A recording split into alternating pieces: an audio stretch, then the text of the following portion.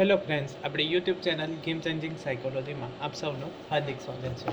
આજના વિડીયોમાં probation officer, chief officer તેમજ અન્ય સરકારી પરીક્ષાઓ માટે મનોવિજ્ઞાન જે પૂછાય છે તો એની ચર્ચા કરીશું। એ ઉપરાંત જે વિદ્યાર્થીઓનું મનોવિજ્ઞાન છે એવા વિદ્યાર્થીઓ માટે જીસેટ અને યુજીસી નેટ માટે અગત્યનો ટોપિક છે પ્રેરણા। અગાઉના વિડીયોમાં આપણે પ્રેરણાના પ્રકાર, પ્રેરણાનું સ્વરૂપ અને પ્રેરણાનો અર્થ અંગેની ચર્ચા કરી હતી। હવે આજના વિડીયોમાં પ્રેરણાના પ્રકાર જે છે તો એની ચર્ચા કરીશું। આ વિડીયો નંબર 2 છે, એટલે અગાઉના વિડીયો તમે ન જોયા હોય તો પ્લેલિસ્ટમાંથી તમે એ વિડીયો જોઈ શકશો। એ ઉપરાંત પ્રોબેશન ઓફિસર માટે હાલમાં જે નવો સિલેબસ રજૂ કરવામાં આવ્યો છે એ અંતર્ગત મનોવિજ્ઞાનના વિડીયો બનાવ્યા છે। એમાં પણ થિયરી બેઝ વિડીયો અને એમસીક્યુ બેઝ બંને પ્રકારના વિડીયો બનાવ્યા છે, એટલે તમે એ વિડીયો ન જોયા હોય તો પ્લેલિસ્ટમાંથી તમે એ વિડીયો જોઈ શકો છો। હવે જોઈએ પ્રેરણાના પ્રકારો, ટાઈપ્સ ઓફ મોટિવેશન। અગાઉના વિડીયોમાં પણ આપણે જોયું હતું। મૂળભૂત રીતે પ્રેરણાના 2 પ્રકાર પડે છે, એક તો શારીરિક પ્રેરણા અને બીજું છે મનોસામાજિક પ્રેરણા। તો આ યાદ રાખવાનું છે। પ્રેરણા મોટિવેશનના કેટલા પ્રકાર પડે છે તો 2 પ્રકાર કયા કયા? તો શારીરિક પ્રેરણા અને બીજું છે મનોસામાજિક પ્રેરણા। શારીરિક પ્રેરણાને જૈવીય પ્રેરણા તરીકે પણ ઓળખવામાં આવે છે। અહીંથી પણ પ્રશ્ન પૂછાઈ શકે, શારીરિક પ્રેરણાનું બીજું નામ શું છે? તો જૈવીય પ્રેરણા ઓળખવામાં આવે છે। જૈવી એટલે કે વ્યક્તિના જીવન સાથે સંકળાયેલી છે, શરીર સાથે સંકળાયેલી છે, તો એના કારણે જૈવીય પ્રેરણા કહેવામાં આવે છે। આ પ્રેરણા શારીરિક પ્રક્રિયા દ્વારા પ્રેરિત થાય છે, જ્યારે મનોસામાજિક પ્રેરણા એ વ્યક્તિની વાતાવરણીય ઘટકો સાથેની આંતરક્રિયાથી આકાર પામે છે। તો શારીરિક પ્રેરણા જે છે એ શારીરિક પ્રક્રિયાઓ દ્વારા પ્રેરિત થાય છે, એટલે કે શરીરમાં કંઈક ફેરફાર થાય એના કારણે આપણને શારીરિક પ્રેરણા ઉદ્ભવે છે। ફોર એક્ઝામ્પલ ભૂખ, તરસ જે છે, ઊંઘ, તો શારીરિક ફેરફારો થાય એના કારણે આ જે પ્રેરણા છે તો એ ઉદ્ભવે છે। જ્યારે મનોસામાજિક પ્રેરણા એ વ્યક્તિની વાતાવરણીય ઘટકો એટલે કે વ્યક્તિના વાતાવરણની આજુબાજુના જે પણ કોઈ ઘટકો છે એની સાથે આકાર પામે છે। આ બંને પ્રકારો અલગ હોવા છતાં પરસ્પર આધારિત છે, એટલે કે બંને એકબીજા પર આધારિત જોવા મળે છે। હવે જોઈએ શારીરિક પ્રેરણા, બાયોલોજિકલ મોટિવ્સ। તો શારીરિક પ્રેરણાને પ્રાથમિક પ્રેરણા તરીકે પણ ઓળખવામાં આવે છે। તો બીજું અન્ય નામ શારીરિક પ્રેરણાનું એક તો આપણે જોયું જૈવીય પ્રેરણા તરીકે પણ ઓળખાય છે, જ્યારે બીજું નામ છે પ્રાથમિક પ્રેરણા તરીકે પણ ઓળખવામાં આવે છે। વ્યક્તિ કે પ્રાણીના જીવનમાં જૈવીય કે શારીરિક પ્રેરણાનો સંતોષ તેમના અસ્તિત્વને ટકાવી રાખવા માટે લગભગ અનિવાર્ય છે। જે શારીરિક પ્રેરણા જે છે તો એ પોતાના જીવનને ટકાવી રાખવા માટે અનિવાર્ય છે। જો શારીરિક પ્રેરણા આપણે ન સંતોષે તો વ્યક્તિનું મૃત્યુ પણ થઈ શકે છે। ફોર એક્ઝામ્પલ તરસ લાગે છે, હવે લાંબા સમય સુધી તમે પાણી ન પીઓ તો વ્યક્તિનું મૃત્યુ પણ થઈ શકે છે। એટલે કે વ્યક્તિના અસ્તિત્વને ટકાવી રાખવા માટે શારીરિક પ્રેરણા ખૂબ જ અગત્યની છે।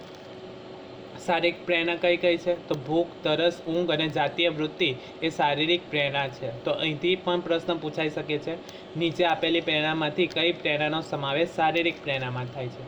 તો ભૂખ, તરસ, ઊંઘ અને જાતીય પ્રવૃત્તિની જરૂરિયાત જે છે તો એ શારીરિક પ્રેરણા તરીકે ઓળખાય છે। હવે જોઈએ સૌપ્રથમ ભૂખ। તો ભૂખ પણ શારીરિક પ્રેરણા છે।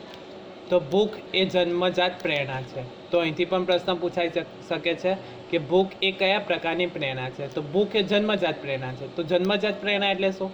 તો એવી પ્રેરણા કે જે શીખવવી પડતી નથી, જન્મજાત જ જોવા મળે છે। ફોર એક્ઝામ્પલ ભૂખ, તો ભૂખ લાગે છે તો બાળકનો જન્મ થાય પછી બાળકને ભૂખ લાગે છે તો એ રડવા લાગે છે, તો એ શીખવવામાં નથી આવતું, તો એના કારણે કહેવામાં આવે છે ભૂખ એ જન્મજાત પ્રેરણા છે। ભૂખ લાગે ત્યારે દરેક પ્રાણીમાં આંતરિક બાહ્ય ફેરફારો થાય છે। ભૂખ લાગે ત્યારે દરેક પ્રાણી કોઈ પણ ભોગે ખોરાક મેળવવા માટે પ્રયત્ન કરે છે, કે જ્યારે કોઈ પણ પ્રાણી હોય યા મનુષ્ય હોય ભૂખ લાગે તો એ ખોરાક મેળવવા માટે પ્રયાસ કરે છે। આપણી જાણીતી નવલકથા માનવીની ભવાઈમાં 56 દુકાનનું વર્ણન થયેલું જોવા મળે છે, જ્યાં ભૂખ્યા માનવી કાંઈ ન મળતા ખોરાક તરીકે અન્ય માનવીનું કાચું માંસ પણ આરોગી જતા। આમ ભૂખની પ્રેરણા એ અતિ તીવ્ર છે, એટલે કે તીવ્ર પ્રેરણા છે કે ભૂખ લાગે છે। હવે ભૂખ લાગે અને ખોરાક ન મળે તો વ્યક્તિને ચેન નથી પડતું, આક્રમક વર્તન પણ કરે છે। તો એનું એક્ઝામ્પલ માનવીની ભવાઈમાં 56 દુકાળ જે છે તો એનું વર્ણનમાં જોવા મળે છે કે ભૂખ લાગે છે તો ખોરાક ન મળતા એ અન્ય માનવીનું કાચું માંસ પણ ખાઈ જતા હતા, એટલે કે ભૂખ એ તીવ્ર પ્રેરણા જોવા મળે છે, વ્યક્તિને ચેન નથી પડતું। W.B. કેનન ભૂખ વિશે અભ્યાસમાં જાણવા મળ્યું કે જઠરમાં આકુંચન થાય ત્યારે ભૂખ લાગે છે, કે જઠરમાં જ્યારે આકુંચન થાય છે એટલે કે જઠર જે હોય છે તો તો એ સંકોચાય છે. તો એ સંકોચાવાના કારણે આપણને ભૂખની અનુભૂતિ થાય છે. પણ ત્યારબાદ અન્ય સંશોધનમાં જોવા મળ્યું કે લોહીમાં રાસાયણિક ફેરફારો થવાથી જઠરમાં આંકુચન થાય છે. બીજું ભૂખ લાગવાનું કારણ છે કે લોહીમાં રાસાયણિક ફેરફાર થાય, કે આપણું જે લોહી હોય એમાં રાસાયણિક ફેરફાર થવાથી જઠરમાં આંકુચન થાય છે. જો કે આધુનિક સંશોધનોના મુજબ મગજના હાઇપોથેલેમસના નામના ભાગમાં આવેલા એક્સ્ટ્રીમ લેટરલ નામનું કેન્દ્રીય ભૂખ ઉદ્ભવ માટે જવાબદાર છે. તો અહીંથી પ્રશ્ન પૂછાઈ શકે જીસેટ માટે, જે વિદ્યાર્થીઓ તૈયારી કરે છે એમના માટે પણ અગત્યનું છે. ભૂખ કયા ભાગમાં જોવા મળે છે? તો હાઇપોથેલેમસમાં જોવા મળે છે. તો હાઇપોથેલેમસના એક્સ્ટ્રીમ લેટરલ નામનું જે છે, તો એ કેન્દ્ર જે છે તો એના કારણે ત્યાં એક્ટિવ થવાના કારણે ભૂખ લાગે છે. તો આ યાદ રાખવાનું છે, હાઇપોથેલેમસ ભૂખ સાથે સંકળાયેલું છે. ભૂખના સંતોષ સાથે વ્યક્તિગત, ધાર્મિક તેમજ સામાજિક અને સાંસ્કૃતિક બાબતો પણ જોડાયેલી છે. કે ભૂખના સંતોષ માટે વ્યક્તિગત, દરેક વ્યક્તિના રસ અલગ અલગ હોય તો અલગ અલગ ભૂખ, અલગ અલગ ખાવાની ઈચ્છા થાય છે. ધાર્મિક, દરેક ધર્મમાં અલગ રીતે ખોરાક ખાવાની રીત હોય છે, તો એ રીતે ખોરાક ખાવામાં આવે છે. એમાં સામાજિક અને સાંસ્કૃતિક મૂલ્ય પણ જોવા મળે છે. માનવીએ પોતાના અસ્તિત્વને ટકાવી રાખવા માટે પોષક તત્વવાળો સમતોલ આહાર લેવો પણ જરૂરી બને છે. ત્યારબાદ છે તરસ.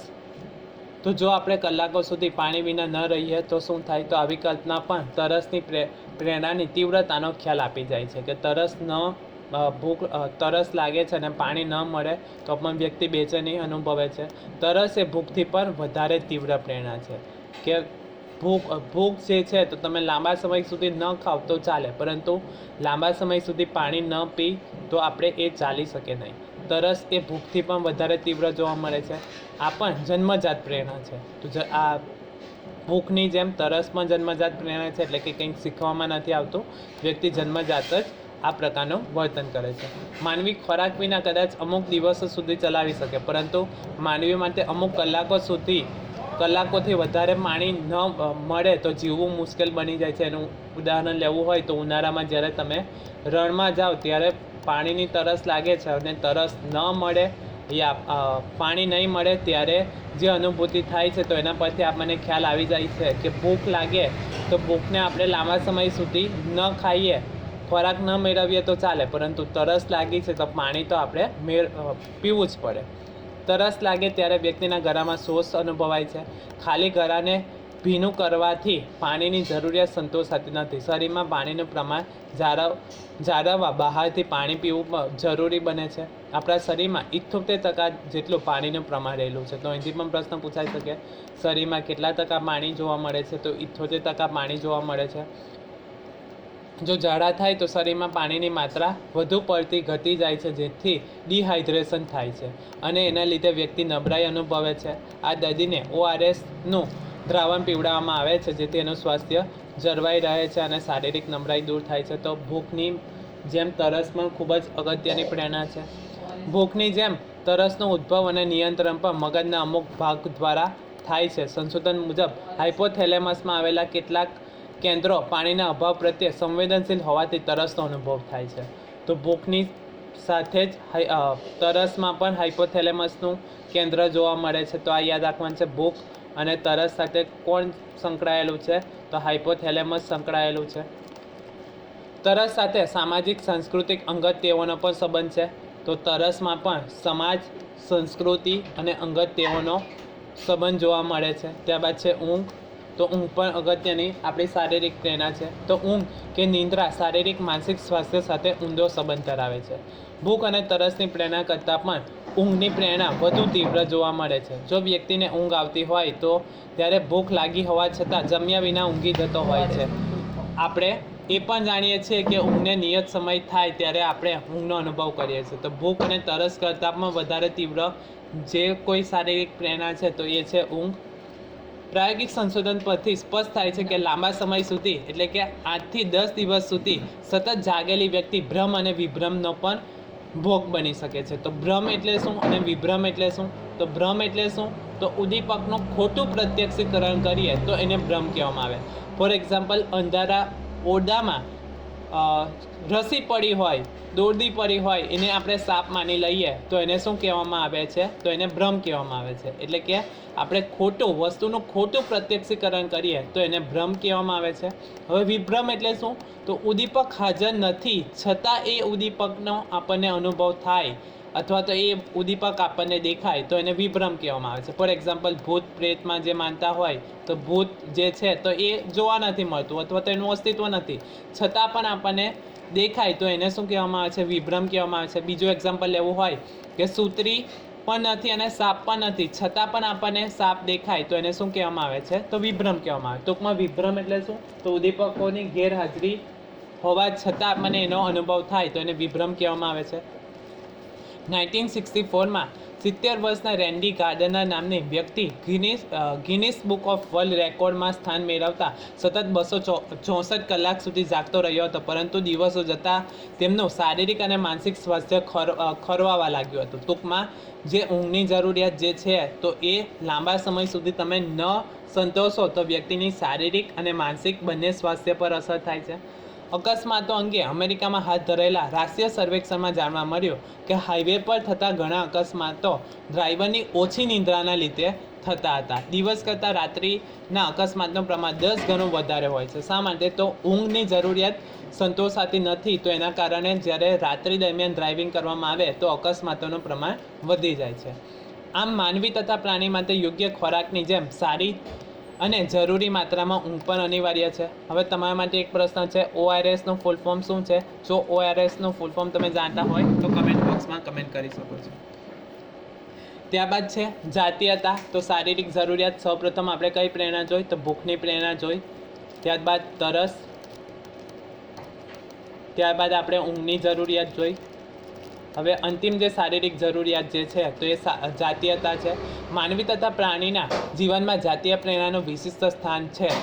આ એક ખૂબ જ તીવ્ર પ્રેરણા હોવા છતાં ભૂખ અને તરસની જેમ તેનો તાત્કાલિક રીતે સંતોષ જરૂરી નથી. કે ભૂખ તરસની જેમ જાતીય પ્રેરણા પણ અગત્યની છે, પરંતુ તાત્કાલિક રીતે સંતોષ જરૂરી નથી. વ્યક્તિ પોતાની આ પ્રેરણાને ઉધ્વ માર્ગે વાળીને જાતીય વૃત્તિના સંતોષ વિના પણ જીવન પસાર કરી શકે. ફોર એક્ઝામ્પલ, સાધુ સંતો જે હોય છે તો એ જે પોતાની મોહમાયા છે તો એને છોડીને તપમાં જતા રહે છે, તો એ જે જરૂરિયાત જે છે તો એને આપણે કોઈક ઉધ્વ માર્ગે વાળીને એ જરૂરિયાતને આપણે અટકાવી પણ શકીએ છીએ. ભારતીય સંસ્કૃતિમાં ધર્મ, અર્થ, કામ અને મોક્ષને મહત્ત્વના 4 પુરુષ તરીકે ગણવામાં આવ્યા છે.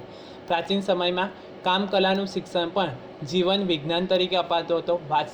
વાત્સ્યાયન નામના ઋષિ દ્વારા જાતીય વિશે લખાયેલા વાત્સ્યાયન કામસૂત્ર અંગે આજે પણ વિશ્વમાં પ્રસિદ્ધ છે. ભારતમાં ખજુરાહો મંદિરમાં જાતીયતા સંબંધી મૂર્તિઓ નિસંકોચપણે પ્રદર્શિત કરવામાં આવે છે. ટૂંકમાં જાતીય વિશે સંકોચ કે પાપની લાગણી છોડી વૈજ્ઞાનિક દ્રષ્ટિ અને વિધાયક દ્રષ્ટિકોણ કેળવવો અને વ્યક્તિના શારીરિક અને માનસિક સ્વાસ્થ્ય માટે જરૂરી છે. તો શારીરિક પ્રેરણા જે છે તો એમાં આપણે 4 પ્રેરણા જોઈ: ભૂખ, તરસ, ઊંઘ અને જાતીયતાની પ્રેરણા. જાતીય પ્રેરણાને શરીર રચના સાથે સંબંધ છે. પુરુષના વૃક્ષમાંથી એન્ડ્રોજીન્સ અને ટેસ્ટોસ્ટેરોન સ્ત્રાવ થાય છે. તો આ યાદ રાખવાનું છે, અહીંથી MCQમાં પૂછાઈ શકે.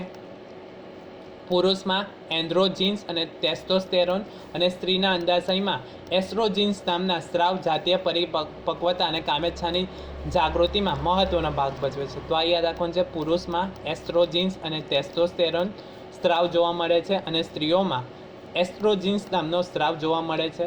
આધુનિક સંશોધનો મુજબ હાઇપોથેલેમસ અને મસ્તિષ્ક છાલ કેન્દ્રો પણ જાતીય પ્રેરણા સાથે સંકળાયેલા છે. તો હાઇપોથેલેમસ આમાં પણ અગત્યનો ભાગ ભજવે છે.